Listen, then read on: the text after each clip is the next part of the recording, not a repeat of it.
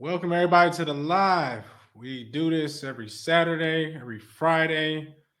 Just trying to give it a couple minutes to bring everybody in. For people that don't know me, Chris Akpala, host of the Tech Woke podcast. Also, RMS specialist in the GovTech space. I've been doing this for a very, very long time, for some years, 4 or 5 years. And just want to get back into the cybersecurity and to the RMF community. So since we're on here, we want to start bringing up some stuff to kind of start going over. Anybody that's attended, I'm just going to just slowly bring in the people, but I'm about to start bringing up the slides that we're going to go over. Because in this live, we're going to just talk about about RMF. And just like a lot of people keep asking me this question over and over again, is like, what do you do as an RMF specialist? So I got a slide I'm about to pull up right now, but welcome to the live. If you're just coming in, just say something, say hello, say how you doing. So we can start getting started, but we got to start this live. We're trying to do it. Once it pop up, it's processing right now. But if you're in the live, say something. Ask me a question.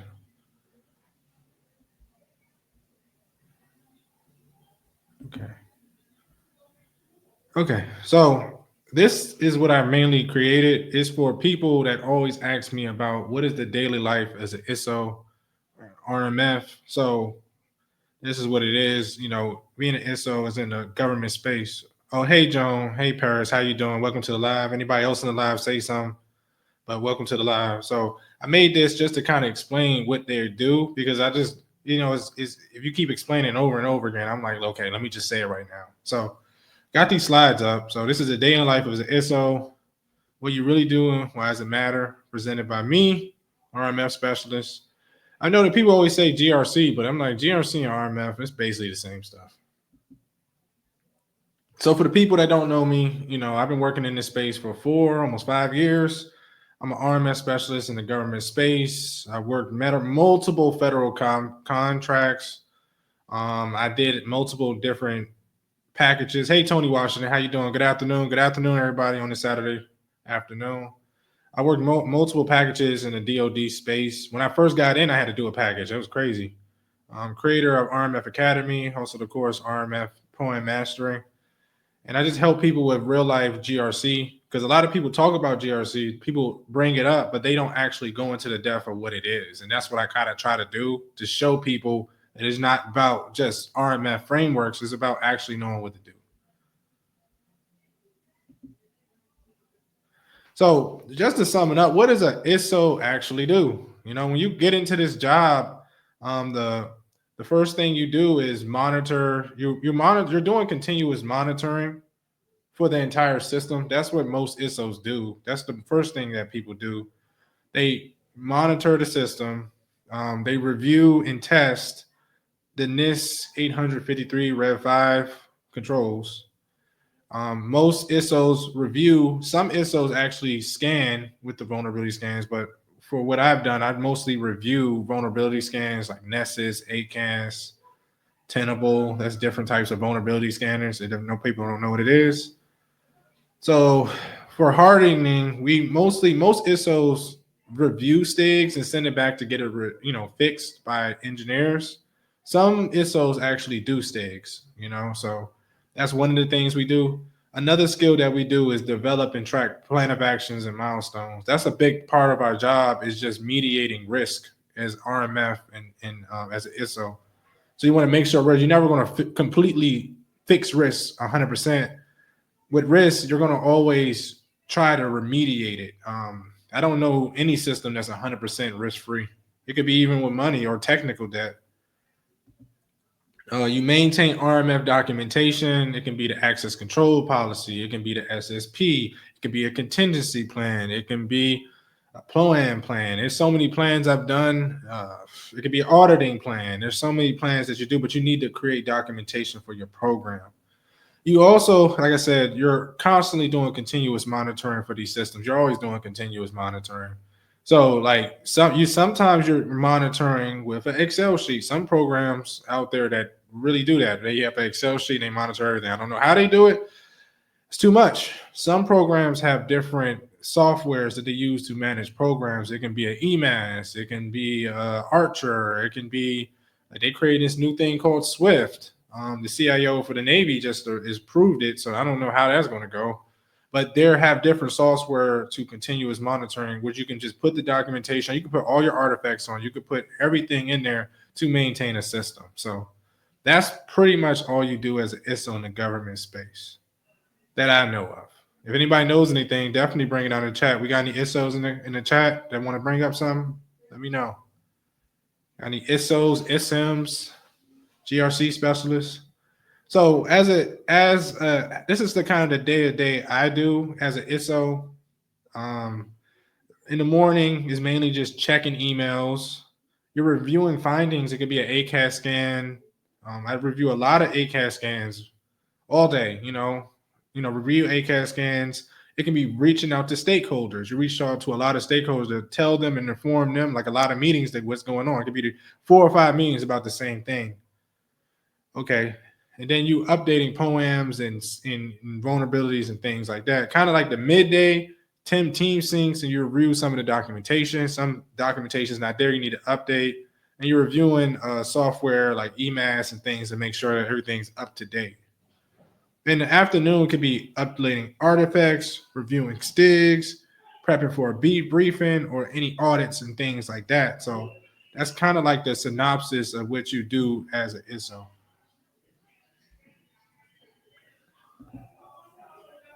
So the documents you live by as an ISSO is the core is mainly like you're going to do POAMs, plan of actions, a lot of plan of actions. The SSP is kind of the core. Continued monitoring strategies. Those are some of the core things that you live by as an ISSO. STIGs, security policies like the access control policy, the contingency plan, the auditing plan. That's are some of the things that you're dealing with as an ISSO. You're monitoring all that stuff. But the core is the SSP. The SSP is kind of like the Bible of what goes on in the system. But that's kind of the core things you're doing as an ISSO. So tools that we use every day as an ISSO in the government, you're going to use some type of software to manage your system.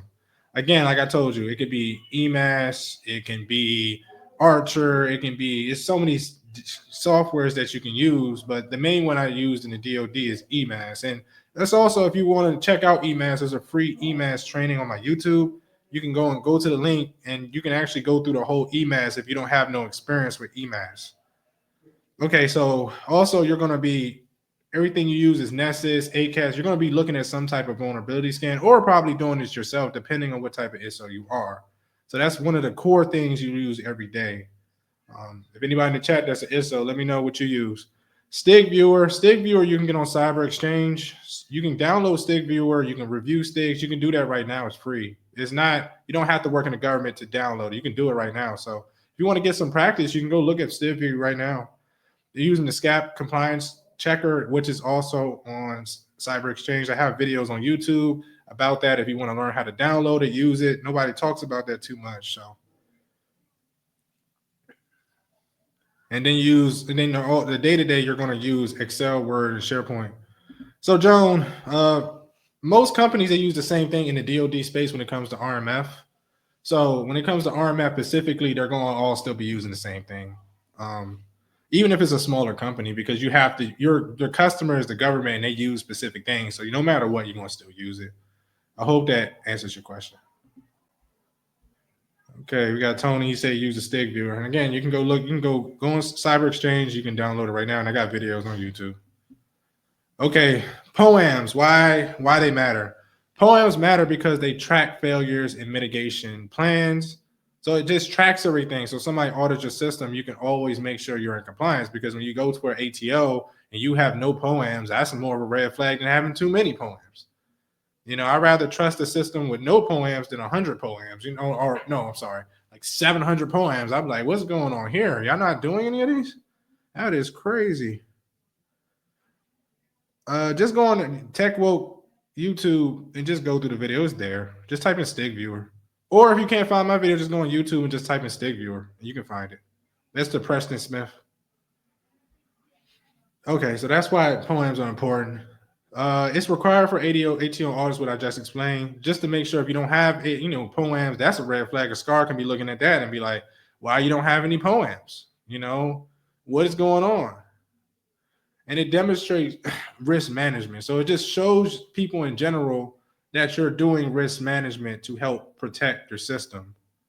So that's the main thing of why you have to do that. The key performance and key to ISSO is performance communication. So it helps with communication with all your engineers, so it can make sure you're tracking everything, even with your stakeholders. It helps have communication so they know what's going on, you know what's going on, and everybody can be good on what's going on in general. So that's why POAMs are a very big thing in the government, and you should have a plan of action for everything you do in life, period. But that's big in the government space.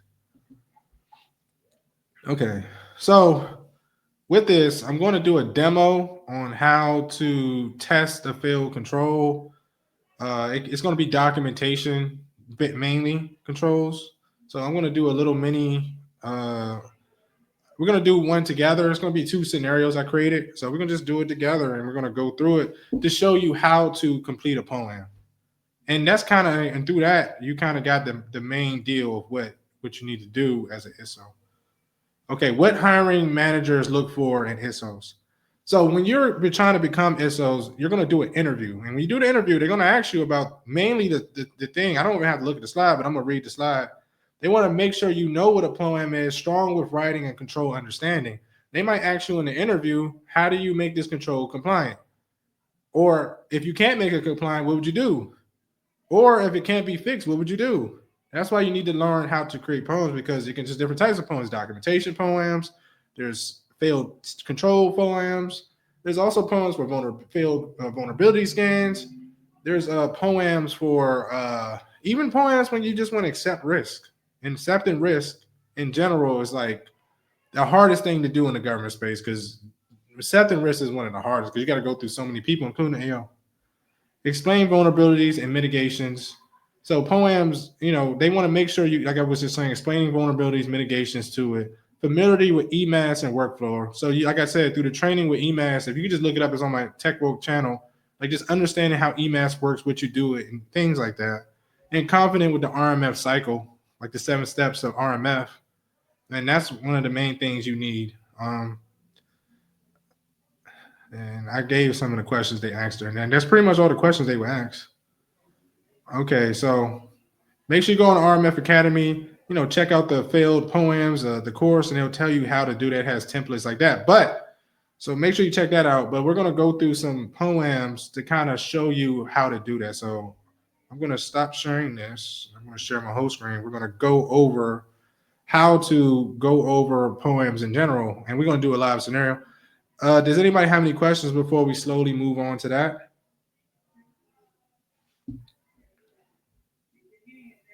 Anybody have any thoughts, questions? Okay, I'm about to move on. Anybody got any questions? Okay.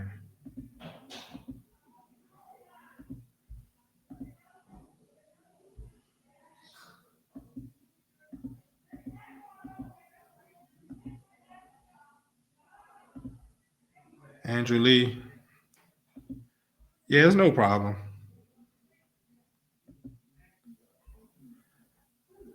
Okay, I'm going to share my screen. We're going to go over POAMs one last time. We're going to go over 2 scenarios with POAMs to kind of explain how to do them. And I hope this helps you out, because I didn't have this training when I was doing it. Okay, so with solving POAMs, okay, can everybody see my screen? Okay. So we're going to do a live scenario. This one's for a failed control scenario. We're going PL2. So PL2 is in the NIST guidelines 853 Vision 5. So you can definitely go in there, go look at that control for yourself. So the organization for this must develop, document, and maintain an up-to-date system security. Hold on, what's going on?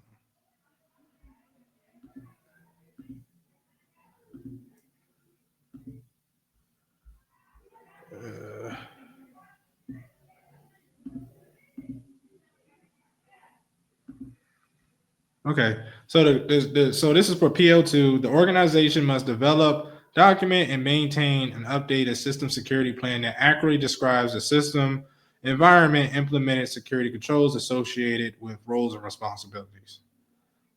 Okay, so the scenario during the routine RMF documentation audit, the SFP, I don't have a system, so we're just gonna make up one. I'm gonna just say hypothetically WSUS. This is not no system that I know of.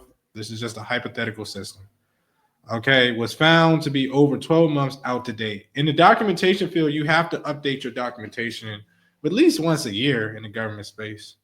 So since the last update, the significant system changes occurred, including deployment of a new software module and changes to the access control procedures. These updates were not reflected in the SSP. Additionally, personnel changes resulted in several control ownership fields being outdated. And that's really bad. It's not outdated. It's not being tracked. Okay. The failure summary is PO. This is for WSUS. So the control status has failed. The root cause, no formal SSP review cycle was established. Poor communication between the ISSO and the system owners regarding system modifications. Okay, so there's no section on there that has any updates. So it could have been updated, but it wasn't updated, and there's been no communication with the stakeholders. So this is moderate to high risk level. I would think it's high in my opinion, just because it hasn't been done in a long time. So I'm just label that as an outdated SSP misrepresents the system true security posture, potentially leading to audit failures, misalignment of controls, or delayed ATO. That's what it can do. Okay, so it's not updated. The weakness description is this: the lack of review schedule, no computation, moderate to high.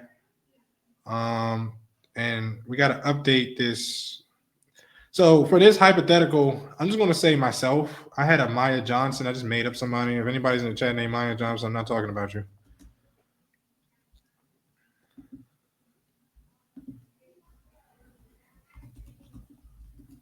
Okay.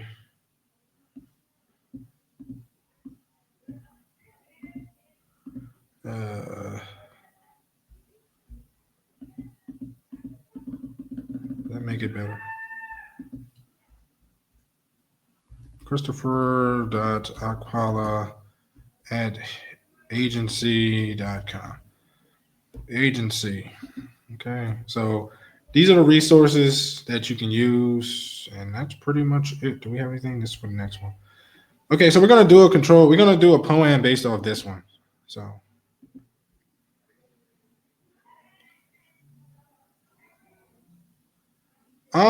usually when I ask this question, Joan says something, so you know the framework before the POA&M.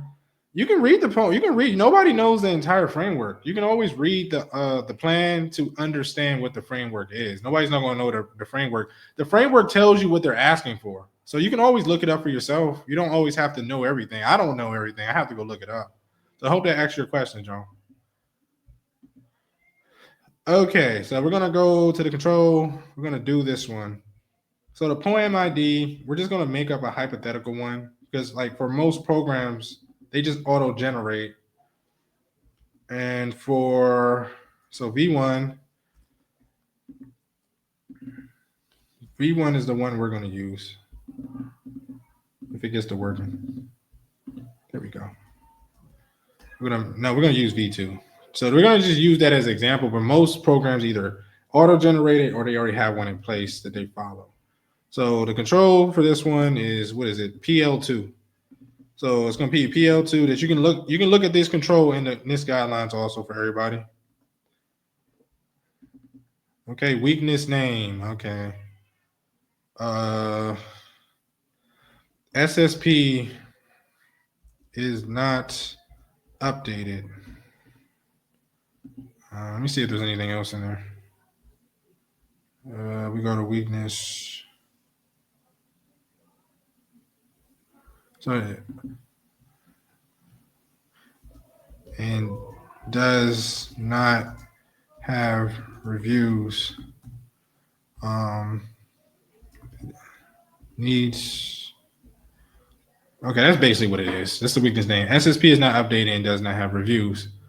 Okay, the description of the weakness. We're gonna go back to the document to see the full description.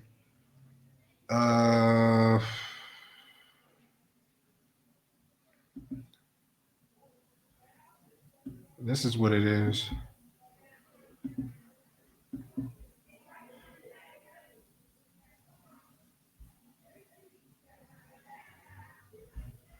Okay, the SSP, the SSP was not updated. Okay, then we're gonna go back because I want to make sure we got everything.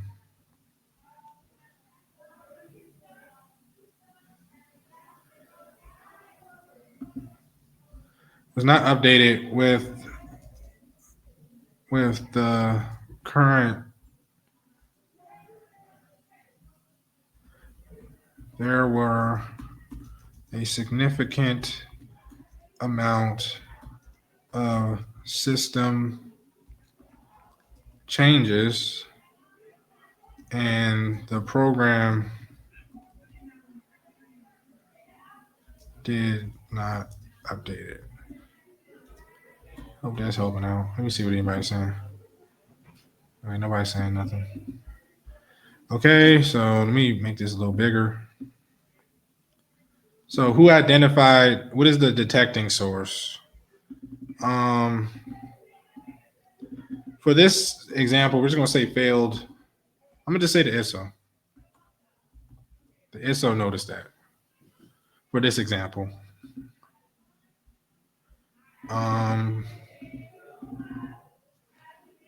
So these two sections, we don't have a plugin and we don't have a port or protocol for this one.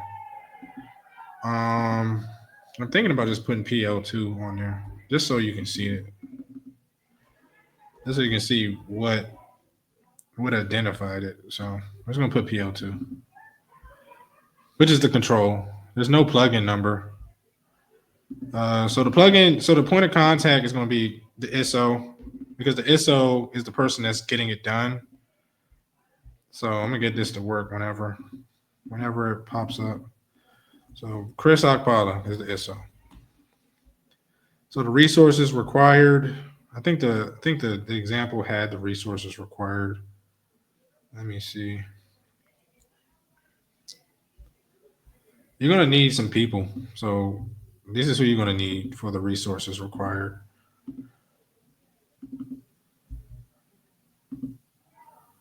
Oh, why did I put this there?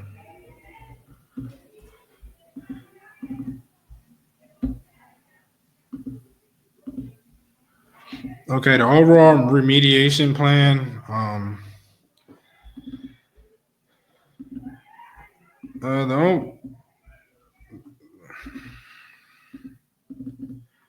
Since we're creating a SSP, we're just gonna get it done whenever this works.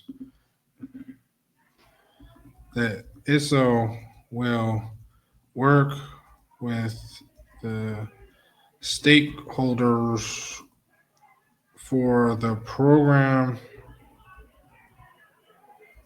WSUS and update the SSP. So that's basically what we're doing for this POA&M training. So since there's no detection date on there, I'm just going to use today.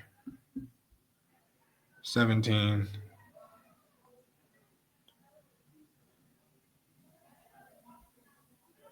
Okay, we use 5/17 today. Schedule completion date. Since it's we're gonna use this as a Cat 1, so I'm just gonna just put it for 30 days. So how we're gonna remediate this? Okay, so what we're gonna do is first, and when you're creating milestones, you got to think about it. Like, what is the first thing you need to do? Okay, I guess ISSO.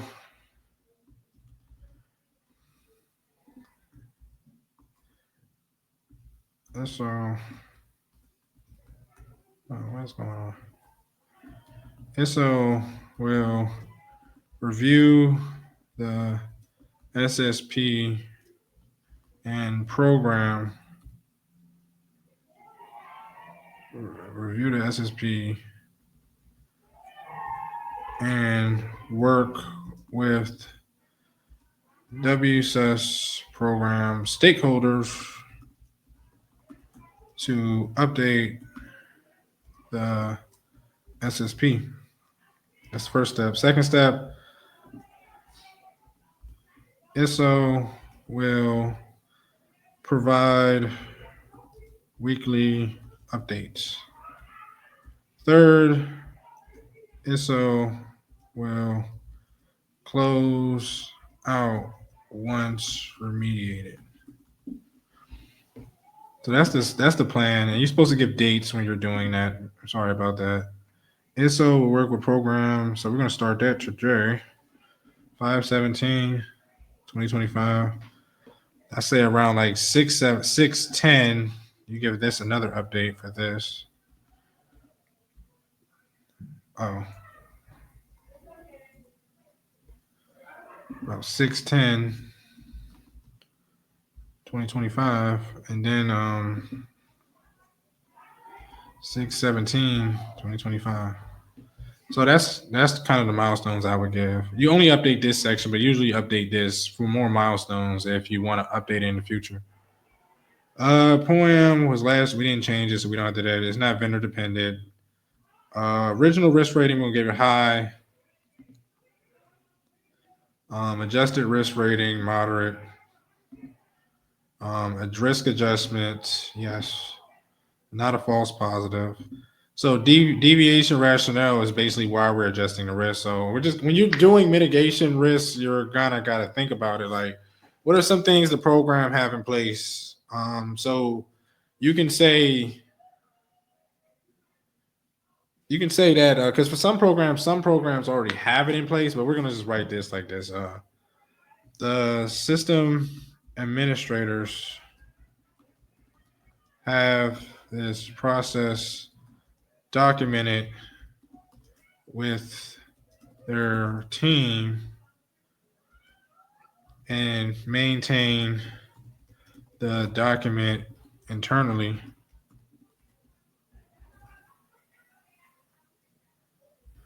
So you can use that as, I'm just using this as an example of, hey, this is why we can mitigate the risk, but you got to think about a team. This is a hypothetical situation. And then for supporting documents, you can, we're going to list any documents that can help you get this. Usually for the SSP, you got to review other documents and other things to get that done. In this example, we don't have one. And then the comment section is when you just put it, you just say anything that's updated. Okay.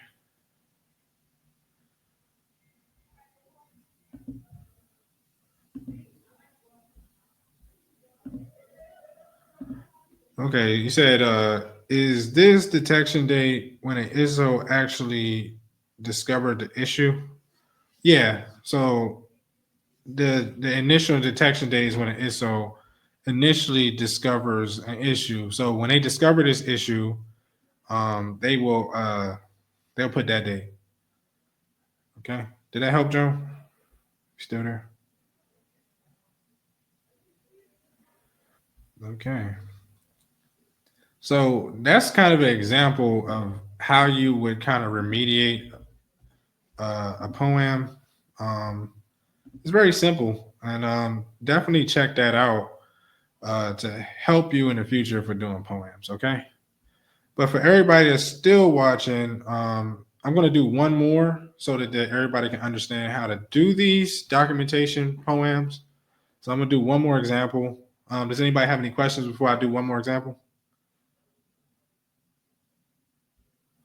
Okay, so I'm about to go do one more example. All right, let me share my screen one more time.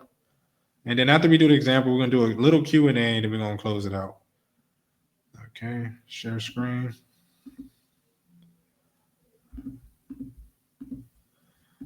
Okay, so we're going to do another example. And this is another scenario. So we're going to do failed control scenario, AU6, audit review, analysis, and reporting. The organization reviews and analyzes information system audits regularly for indicated inappropriate or unusual activity, findings appropriate. So during the self-assessment, the ISSO discovers no audit log reviews have been documented in over 6 days. The system was configured to generate audit logs, but no formal review schedule existed. The staff were unclear on who was responsible. Additionally, there is no centralized location of storing log review evidence. Okay. So there's no assigned log reviewer with no SSP. So we got to update this in the SSP. So this is what the root issue is. But I'm going to copy this so I don't have to go back and forth. So this is the issue. So we're going to go back to the POA&M tracker. Okay. So this is for, we're going to name this one V3 for the POA&M ID. For the example we're doing is AU6 for the POA&Ms. We're doing POA&Ms, by the way. For anybody joining in, we're trying to show you how to do plan of actions and milestone. The weakness name, the SSP needs to be updated to track audit logs and define rules to tracking them. So that's what we're doing. So this is the weakness description. We're going to put them, we're doing, whoever's in it, we're just doing POA&Ms. A scenario for POA&M. So we're going to put this in here. So the detector source was an ISSO because it was a self-assessment. So it's AU6. Okay, we don't have an SI, we don't have this number. So the point of contact, the ISSO, we're going to use my name, Chris Akpala. Okay, so we're resource required. We're going to go down here.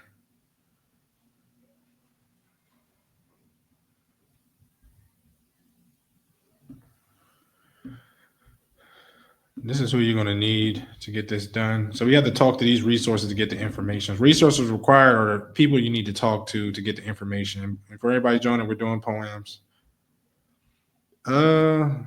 And this is you don't have to always change up every POA&M. So with the POA&M, we're going to put the ISSO is working to the stakeholders to help update the SSP. And we already identified who. So we're going to add that. We're going to give it 30 days because it's a high finding. I'm sorry.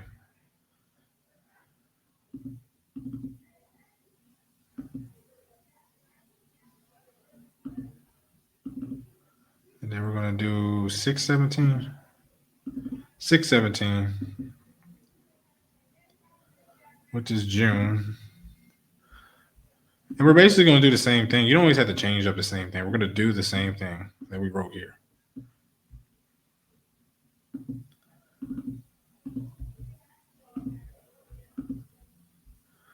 And then this is the milestone changes if you update a POA&M, but usually you update this to add more milestones. Status date. We don't have to update any of this because it's not vendor dependent or there's no updated status. So it's a high vulnerability. And we're going to adjust it to a moderate after we give it a reason. And then put yes for risk adjustments and no. And the deviation, basically, we could say the same thing. The system admins track the audit logs and have internal documentation process. And then you can also say the STIGs are hardened to track logs. So there are two things that are in place to help fix this. And for supporting documentation, you get supporting documentation that helps you, and then comments is anything that's new.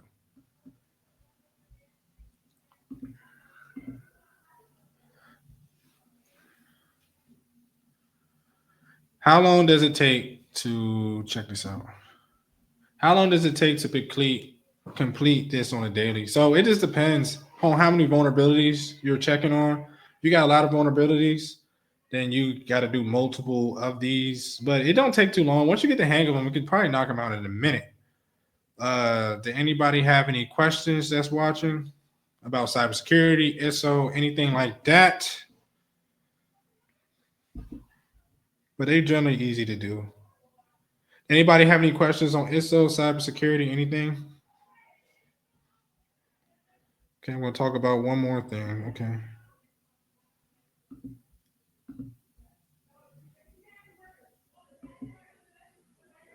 Okay, so about to close out. If you're trying to become an ISO, if you're trying to get into cybersecurity, anything like that, ISO, RMF, any jobs like that, even GRC, I think this still applies. Go on rmfacademy.com. If you go on rmfacademy.com, the course is still marked at 47. I'm going to make it back up, but this course in general will go much in depth on how to understand POAMs because this is a crucial skill to have as an ISO. And if you learn this skill, it can really help you out in your career. So make sure you go on RMF Academy, check out the ISO course. It will help you. It'll go much more in depth than I can on here about what plan of actions are, why it's needed to help you get jobs, what is the skill you needed to become an ISO. So make sure you check out RMF Academy.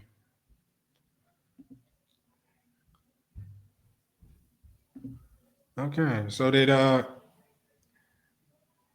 okay, how often should you follow up? So Joan said how long should you follow up? So, for example, like you can follow. It just depends. It depends on your vulnerability. Sometimes you have 90 days or 90 days. Some you have 30 days. You should constantly follow up weekly to make sure you know what's going on. Or some things might take longer, but sometimes a vendor might not even have a patch or something. So you should follow up as much as needed to get the vulnerability fixed. And JP, if you have any other questions, you said other than POAMs, I'm gonna make some courses on other things, but I feel like POAM is a necessary skill you need to know to be an ISO. So most definitely check out RMF Academy and check out the ISO course because that's one of the main skills you need to know. You need to know how to test controls. You need to know how to know how to test controls. There's a lot of stuff that I can't explain in here, but when you check out rmfacademy.com, you can check it out. There's templates with the guidelines and everything you need to know. So I hope that helps you, but it's a lot of things you need to know to be an ISO. And we went over it earlier. Okay. So that's it, everybody. Like I said, check out rmfacademy.com. I'm sorry, rmfacademy.io. Check out the courses and things and join the newsletter also because the newsletter I will give information about how to become an ISO weekly. So make sure you check that out. We're going to go live every week. So I hope that helps. I hope this course helped you and I hope everything helped. Yeah, it definitely is. Yeah, you got to follow up. What is it, Tony Washington? Yeah, you have to follow up all the time. If you're not a communication person, definitely follow up. Yeah, but with all that, see y'all next week, and I hope this helped y'all. Thank you.